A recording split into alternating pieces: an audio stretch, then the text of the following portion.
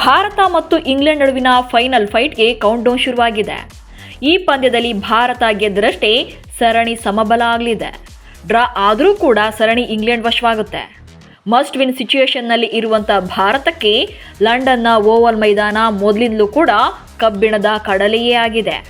ಈ ಪಿಚ್ನಲ್ಲಿ ಭಾರತ ಯಾವ ರೀತಿಯ ದಾಖಲೆಗಳನ್ನು ಹೊಂದಿದೆ ಅನ್ನೋ ಬಗ್ಗೆ ಈ ವಿಡಿಯೋದಲ್ಲಿ ಮಾಹಿತಿಯನ್ನು ಕೊಡ್ತೇವೆ. ದಯವಿಟ್ಟು ಸುದ್ದಿಯನ್ನು ಸಬ್ಸ್ಕ್ರೈಬ್ ಮಾಡಿಕೊಳ್ಳಿ.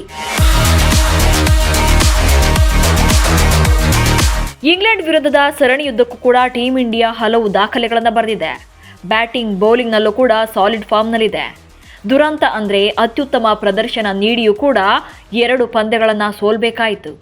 ಎಡ್ಜ್ ಬಾಸ್ಟನ್ನಲ್ಲಿ ನಡೆದ 2ನೇ ಪಂದ್ಯದಲ್ಲಿ ಇದೇ ಮೊದಲ ಬಾರಿಗೆ ಗೆದ್ದು ಭಾರತ ತಂಡ ಇತಿಹಾಸ ಸೃಷ್ಟಿಸಿತ್ತು.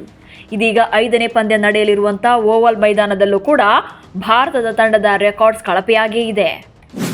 ಲಂಡನ್ನ ಓವಲ್ ಮೈದಾನದಲ್ಲೂ ಟೀಂ ಇಂಡಿಯಾ ಡಲ್. ಇಂಗ್ಲೆಂಡ್ ವಿರುದ್ಧದ ಸರಣಿಯಲ್ಲಿ ಟೀಂ ಇಂಡಿಯಾ ಸಾಕಷ್ಟು ಏಳುಬೀಳುಗಳನ್ನು ಕಂಡಿದೆ. 1936ರಿಂದ ಈವರೆಗೆ ಲಂಡನ್ನ ಓವಲ್ ಮೈದಾನದಲ್ಲಿ ಭಾರತ ಮತ್ತು ಇಂಗ್ಲೆಂಡ್ ನಡುವೆ ಒಟ್ಟು 14 ಟೆಸ್ಟ್ ಪಂದ್ಯಗಳು ನಡೆದಿವೆ. ಇವುಗಳಲ್ಲಿ ಅತಿಥೇಯ ಇಂಗ್ಲೆಂಡ್ ತಂಡ 5 ಪಂದ್ಯಗಳಲ್ಲಿ ಗೆದ್ದಿದ್ರೆ ಟೀಂ ಇಂಡಿಯಾ ಕೇವಲ 2 ಪಂದ್ಯಗಳನ್ನು ಮಾತ್ರ ಗೆದ್ದುಕೊಂಡಿದೆ. ಉಳಿದ 7 ಟೆಸ್ಟ್ ಪಂದ್ಯಗಳು ಡ್ರಾನಲ್ಲಿ ಅಂತ್ಯ ಕಂಡಿವೆ. ಹಾಗೆ ಭಾರತ 1936ರಲ್ಲಿ ಈ ಮೈದಾನದಲ್ಲಿ ಮೊದಲ ಟೆಸ್ಟ್ ಪಂದ್ಯವನ್ನಾಡಿತ್ತು. ಆದರೆ 1971ರಲ್ಲಿ ಮೊದಲ ಬಾರಿಗೆ ಗೆಲುವನ್ನು ದಾಖಲಿಸೋಕೆ ಸಾಧ್ಯವಾಯಿತು.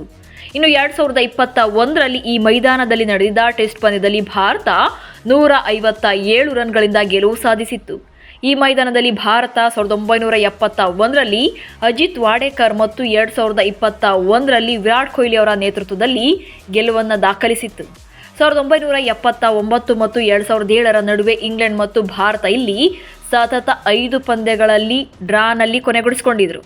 ಒಟ್ಟಾರೆಯಾಗಿ ಈ ಮೈದಾನದ ದಾಖಲೆಯನ್ನು ನೋಡೋದಾದರೆ ಟೀಂ ಇಂಡಿಯಾ ಏಕದಿನ ಟೆಸ್ಟ್ ಸೇರಿ ಒಟ್ಟಾರೆಯಾಗಿ 32 ಪಂದ್ಯಗಳನ್ನಾಡಿದೆ. ಆದರೆ ದುರಂತ ಅಂದರೆ ಭಾರತ ಈ ಮೈದಾನದಲ್ಲಿ ಒಟ್ಟಾರೆಯಾಗಿ ಗೆದ್ದಿರೋದು ಕೂಡ 9 ಪಂದ್ಯಗಳನ್ನು ಮಾತ್ರವೇ. ದ್ರಾವಿಡ್ ಹೆಸರಿನಲ್ಲಿದೆ ಹೆಚ್ಚು ರನ್ ಕಲೆ ಹಾಕಿದ ದಾಖಲೆ. ಓವಲ್ ಮೈದಾನದಲ್ಲಿ ಭಾರತ ಪರ ಹೆಚ್ಚು ರನ್ ಗಳಿಸಿದ ಆಟಗಾರ ಎಂಬ ದಾಖಲೆ ರಾಹುಲ್ ದ್ರಾವಿಡ್ ಅವರ ಹೆಸರಿನಲ್ಲಿದೆ. ಟೆಸ್ಟ್ನಲ್ಲಿ ಭಾರತ ಪರ ಅವರು 110.75ರ ಸರಾಸರಿಯಲ್ಲಿ 443 ರನ್ ಗಳಿಸಿದ್ದಾರೆ. ಇದರಲ್ಲಿ 2 ಶತಕಗಳು ಸೇರಿವೆ.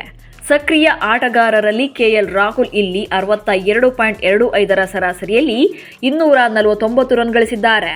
ರವೀಂದ್ರ ಜಡೇಜಾ ಭಾರತ ಪರ ಇಲ್ಲಿ ಹೆಚ್ಚು ಅಂದರೆ 15 ವಿಕೆಟ್ಗಳನ್ನು ಪಡೆದಿರುವಂಥ ಆಟಗಾರ ಎನಿಸಿಕೊಂಡಿದ್ದಾರೆ.